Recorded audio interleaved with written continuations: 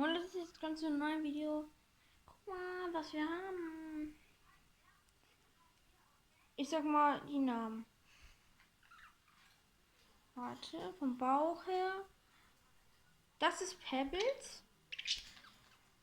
Das ist Shiggy, Weser, Feuerphönix und Toastbrot. Wen findet ihr am besten? Schreibt es in die Kommentare.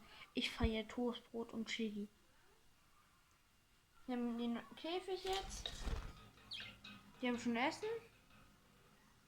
Haben schon auf den Boden gekackt. Und ja. Hier ist Pebbles. Toastbrot. Feuerfoxy. Oder Phoenix. Ja. Dann Weser. Und ja, der letzte ist Shiggy. Findet ihr die? Wenn ihr am besten schreibt es in die Kommentare. Und tschüss.